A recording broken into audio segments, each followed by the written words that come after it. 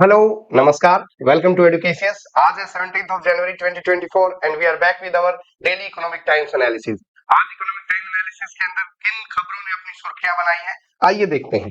The first one is KKR looks to book a big ticket investment in BookMyShow. जैसा कि हमने पता है, हमने ऑलरेडी डिस्कस भी किया था कि एक यूएस की इक्विटी इन्वेस्टमेंट फंड है केकेआर, जिसके one of the partner was in India recently. तो उन्होंने काफी लोगों के साथ बैक टू बैक बहुत से स्टार्टअप सीईओ के साथ मीटिंग भी की। एंड केकेआर ने अभी बुक माई शो जो है बुकिंग प्लेटफॉर्म है, चाहे वो थिएटर से रिलेटेड हो, चाहे वो कोई फंक्शंस लगा लीजिए या कंसर्ट लगा लीजिए, उनसे रिलेटेड हो, तो ये बिग ट्री एंटरटेनमेंट इनकी पेरेंट कंपनी है बुक माई शो की, जो कि Reliance industries limited backed company है। तो इसके अंदर करीबन 250 टू 300 मिलियन डॉलर, जिसको हम 2000 टू 2500 करोड़ इन्वेस्टमेंट बोलेंगे, तो केकेआर अभी एडवांस स्टेज के अंदर है इसकी नेगोशिएशन में, सो दैट ये बुक माई शो के अंदर अपनी इक्विटी बढ़ा सके। तो बुक माई शो, जो कि आपको पता है कोविड के दौरान बहुत ही ज्यादा इसने लॉस झेला था due to closure of the theatre and all that entertainment industry. और उसके बाद ये लास्ट ईयर भी इसके अंदर लॉस ही इनको बुक हुआ था। 2023 के अंदर इन्होंने आफ्टर कोविड पेंडेमिक पहली बार प्रॉफिट बुक किया है। तो ये लार्जेस्ट फंड रेजिंग होगी इसकी बुक माई शो की, जो कि बिग ट्री एंटरटेनमेंट ओन करता है। इसके अंदर करंटली रिलायंस यूनिट जो है उसका नेटवर्क 18 का 37% स्टेक है, जो कि बिगेस्ट स्टेक होल्डर है। बाकी SL, elevation capital, state group, TPG group etcetera है। और इसके अंदर 23% जो इसके जो सीईओ हैं लगा लीजिए, या फिर फाउंडर हैं आशीष हेमरजानी, उनका ही 23% इसके अंदर शेयर है। तो ये डील जैसे तो ये एडवांस नेगोशिएशन के अंदर है केकेआर और बुक माई शो की deal. Moving on to next. Brands manager seeks legal balm to end the fakes and pains. अभी आप लोगों ने आर्टिफिशियल इंटेलिजेंस के बारे में हम बार बार जिक्र करते हैं, तो हर इनोवेशन के साथ उसकी कुरीतियां, उसकी बुराइयां आती हैं। और इस आर्टिफिशियल इंटेलिजेंस के साथ डीप फेक्स नाम से एक बुराई आई है, जिसके तहत जो भी सेलिब्रिटीज होते हैं या ब्रांड्स होते हैं, उनका आर्टिफिशियल इंटेलिजेंस से यूज करके हूबहू वीडियो बनाई जाती है और गलत एंडोर्समेंट की जाती है। अभी रिसेंटली सचिन तेंदुलकर ने कंप्लेंट की है, ट्वीट भी किया है। उसके बाद जो हमारे आईटी मिनिस्टर है, उन्होंने उसका संज्ञान लेते हुए कहा कि हमें इसके ऊपर रेगुलेशन लेके आना पड़ेगा। किसी एक स्पोर्ट्स ऐप को प्रमोट करते हुए और ये बोलते हैं कि मेरी बेटी ने भी ये ऐप डाउनलोड करके, और मेरी बेटी भी इस ऐप से एंटरटेनमेंट पर्पस के लिए इसको गेम को खेलती है।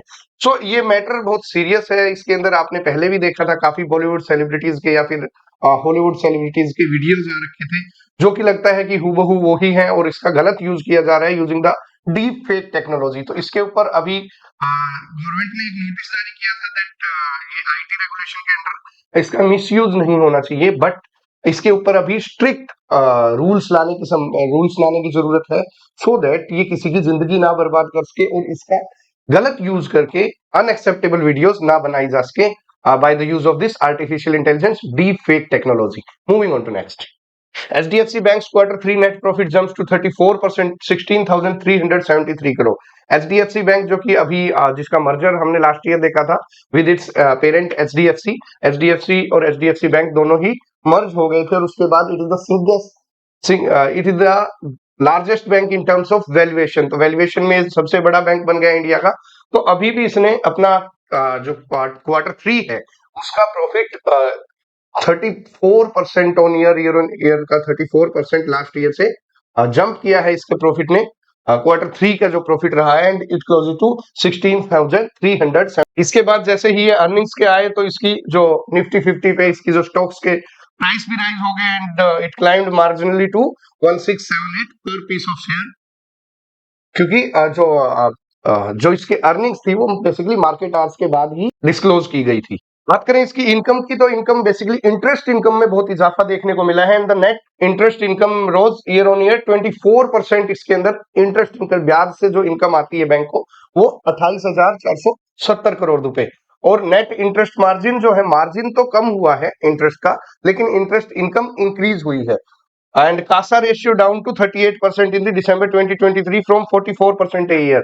CASA ratio बेसिकली होता है current account saving account ratio, कि इतने सेविंग अकाउंट के एवज में कितने करंट अकाउंट ओपन हुए। तो दिस इज CASA रेशियो, जो कि पहले 23 करोड़। बात करें लास्ट ईयर की तो 44% इसका रेशियो का देखने को मिल रहा था सेविंग अकाउंट के एवज में। ज्यादा करंट अकाउंट ओपन हो रहे थे, जो कि अभी थोड़ा सा मार्जिनली कम हुआ है, and it is 38%। And provisions up 50% year on year of 4220 crore. So basically HDFC के जो फिगर्स आए हैं वो बहुत ही अच्छे फिगर आए हैं। जो मार्जिन इसका जो बढ़ा है, जो इसकी प्रॉफिटेबिलिटी बढ़ी है, रिवेन्यू बढ़ा है, उससे हमारा इसका बैंकिंग सेक्टर काफी बूम करता दिखाई दे रहा है। Moving on to next is ED ABG shipyard set up 27 paper companies to divert the fund. हमारा प्रवर्तन निदेशालय है जो एनफोर्समेंट डायरेक्टोरेट, उन्होंने बताया है कि एबीजी सीपीआर लिमिटेड जो एक गुजरात की कंपनी है जो कि शिप बिल्डिंग के अंदर इन्वॉल्व है, उसको एक्यूज किया है कि ये इंडिया का बिगेस्ट बैंक फ्रॉड हो सकता है। अभी इंडिया का बिगेस्ट बैंक फ्रॉड किया है इस एबीजी सीपीआर लिमिटेड ने, जिसने 27 पेपर कंपनीज बनाई थी। पेपर कंपनीज बस बना का मतलब होता है कि आप जस्ट ऑन पेपर कोई कंपनी खड़ी कर देते हो, उसके साथ ट्रांजेक्शन करते हो, बट इन एक्चुअल ऐसी कोई ट्रांजेक्शन होती ही नहीं, कोई प्रोडक्ट का ट्रांजेक्शन नहीं होती, सिर्फ just to divert your money from one place to another for siphoning off funds और मनी लॉन्ड्रिंग पर्पस ये पेपर कंपनीज बनाई जाती हैं। तो ऐसी 27 पेपर कंपनीज बनाई थी एबीजी सीपीआर लिमिटेड ने, और 38 Singapore based group entities, Singapore based भी 38 एंटिटीज इन्होंने 38 एंटिटीज बनाई थी to divert the money borrowed from a consortium of lender led by ICICI bank. तो इन्होंने काफी बैंक से कर्जा ले रखा था और उस फंड को डाइवर्ट करने के लिए एक कंपनी से दूसरी में दिखा दिया, दूसरी से तीसरी में, तीसरी से चौथी में, ऐसे घुमा के पैसे डाइवर्ट करके सिंगापुर बेस्ड एंटिटी जो अल्टीमेटली इन्हीं की एंटिटी है, वहां पे ये फंड मनी लॉन्ड्रिंग के थ्रू डाइवर्ट किया गया। और इसकी जो अमाउंट बताई जा रही है, it could reach up to 22,842 crore, 22,000 crore का घोटाला है ये। और इसके बाद ये जो मनी जो इन्होंने सिंगापुर ट्रांसफर किया, that was transfer to Singapore and it was utilised for investment in mutual funds in tax haven, जहां पे टैक्सेस नहीं लगता। ऐसे टैक्स हेवन जैसे हमने जिक्र किया हुआ है, मॉरिशस है, या 2 दिन पहले हमने यूके का एक टैक्स हेवन का जिक्र किया था। तो इस तरह के टैक्स हेवन कंट्रीज होते हैं, वहां पे म्यूचुअल फंड में इन्वेस्टमेंट में ये पैसा यूज किया गया सो दैट वहां पे टैक्स एग्जेम्पशन ली जा सके। तो ये घोटाला ABG shipyard limited Gujarat based company ने किया है, जिसका ईडी ने इसके ऊपर इन्वेस्टिगेशन स्टार्ट की हुई है। Moving on to next, this crypto party is not without risk. RBI governor, जो हमारे आरबीआई गवर्नर है, उन्होंने बताया कि अभी रिसेंटली अमेरिका ने जो एक्सचेंज ट्रेडेड फंड्स है बेस्ड ऑन क्रिप्टो करेंसी, उनको अमेरिकन जो सिक्योरिटी एक्सचेंज कमीशन है एसईसी, उन्होंने अनुमति दे दी। US has approved the ETP based crypto currency और you can say bitcoin, ETP based bitcoin को ट्रेडिंग के लिए अप्रूवल दे दिया है यूएस की सिक्योरिटी एक्सचेंज कमीशन ने। उसके बाद हमारे जो आरबीआई गवर्नर शक्तिकांत दास, उनका बयान आया है कि यूएस ने ये दिया है, that is as per their economy, but बात करें इंडियन इकोनॉमी की तो we are not in favour of giving such approvals, because जो बिटकॉइन है या फिर जो भी क्रिप्टो करेंसीज हैं, ये basically they are not backed by any underlying assets। इन्होंने बताया कि these instruments with no underlying value pose huge risk for emerging market economies। तो इनकी वैल्यू कैसे डिसाइड होती है, किस असेट के आधार पे डिसाइड होती है, तो ये ऐसा कहीं भी नहीं है।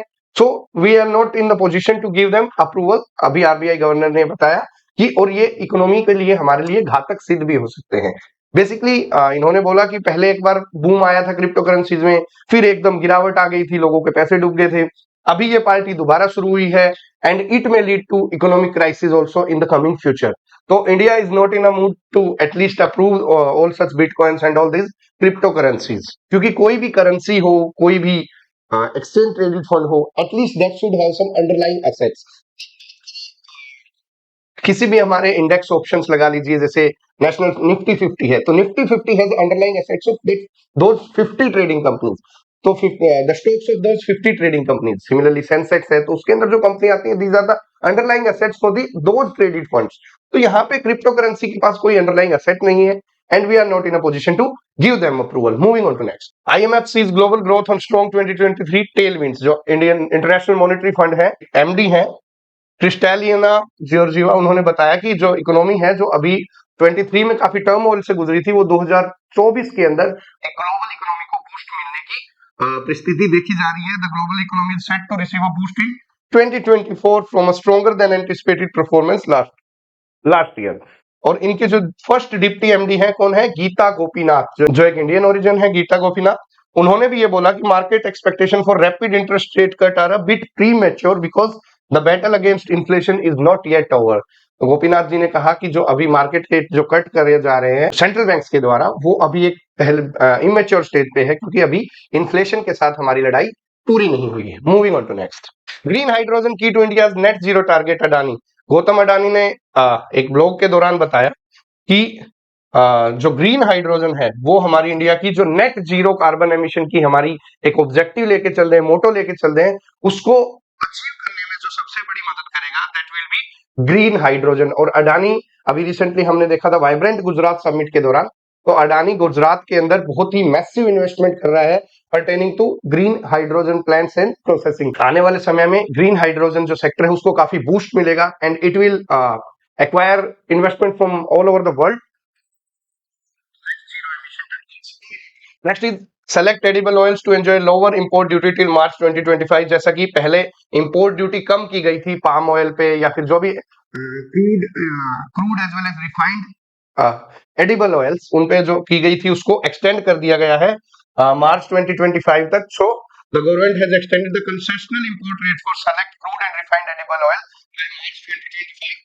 लेकिन हमारे जो मोलासिस हम एक्सपोर्ट करते हैं that is a by product of sugar cane, उसके ऊपर भी हमने 50% टैक्स लगा दिया है किसका, एक्सपोर्ट के ऊपर, क्योंकि ऑलरेडी हमने एक्सपोर्ट शुगर के जो एक्सपोर्ट है उसके ऊपर रिस्ट्रिक्शंस लगाई हुई है और अभी मोलासिस के ऊपर भी हमने 50% एक्सपोर्ट ड्यूटी लगा दी है, सो दैट हमारी जो मोलासिस की या फिर एसेंशियल कमोडिटीज की जो सप्लाई है उसके अंदर कोई रुकावट ना आए। The moves come at securing the domestic supply of essential food products. So sugar is an essential food product and curbing the inflation, ताकि यहाँ पे महंगाई ना बढ़े, just for the sake of increasing the export. The export duty on molasses is effective from 18th of January, 18 जनवरी से अभी लागू है ये। गवर्नमेंट ने पहले ही ऑलरेडी शुगर एक्सपोर्ट पे रिस्ट्रिक्शन लगाई गई है। और बात करें अपने हमारी महंगाई को रोकने के लिए to curb the inflation, the basic custom duty on crude variety of palm, soybean and sunflower oil one slash to zero. तो क्रूड वैरायटी चाहे पाम की हो, चाहे सोयाबीन ऑयल की हो या फिर सनफ्लावर ऑयल की, उसको जो इंपोर्ट ड्यूटी है उसको कस्टम ड्यूटी को जीरो कर दिया गया था। और जो रिफाइंड वैरायटी है उसको भी लोअर कर दिया गया था 17.5% से 12.5 for refined palm oil, from 32.5 to 17.4, 17.5 for both refined soybean and sunflower oil. तो ये बेसिकली महंगाई को कंट्रोल करने के लिए स्टेप्स उठाए गए थे। अभी 50% duty on export of molasses and that concession already given which you have discussed like 17.5% to 12.5, it has been extended till March 2025. Moving on to next, Gujarat, Kerala and Karnataka offer best ecosystem for startups। अभी ranking आई है department of promotion for industry and international trade DPIIT की, उनके हिसाब से जो state startup ranking 2020 है उसके अंदर सबसे ऊपर गुजरात है, नंबर 2 पे केरला और तीसरे पे कर्नाटका है। ये बेस्ट परफॉर्मिंग स्टेट रहे हैं to encourage the startup ecosystem. Total 33 state और यूनियन टेरिटरीज ने इसके अंदर पार्टिसिपेट किया था। और जो ये रैंकिंग है वो किसके ऊपर बेस्ड है, these are based on the initiative taken to develop the startup ecosystem for promoting the. So this exercise is aimed at supporting the state and UT in developing their startup ecosystem. So India has the world's third largest startup ecosystem। Bharat दुनिया का तीसरा सबसे बड़ा startup ecosystem के लिए देश जाना जाता है। तो ये तीन स्टेट हैं, बाकी महाराष्ट्र हुआ, कर्नाटक, तीन स्टेट है जो टॉप परफॉर्मर रहे हैं। बाकी तमिलनाडु, हिमाचल प्रदेश, महाराष्ट्र, ओडिशा और तेलंगाना को भी टॉप परफॉर्मर्स की कैटेगरी के अंदर रखा गया है। Moving on to next, will impose non tariff barriers on reciprocal basis, says Goyal. जो हमारे पीयूष गोयल जी हैं, commerce minister, industry and commerce minister, उन्होंने अभी बोर्ड ऑफ ट्रेड, जो बोर्ड ऑफ ट्रेड की मीटिंग थी उसके अंदर वो पार्टिसिपेट कर रहे थे और उन्होंने हमारे जो बिजनेस हाउसेज हैं उनको या एक्सपोर्टर इंपोर्टर हैं उनको बताया कि इंडिया अभी स्ट्रॉन्ग स्टैंड लेने वाला है related to non tariff barrier.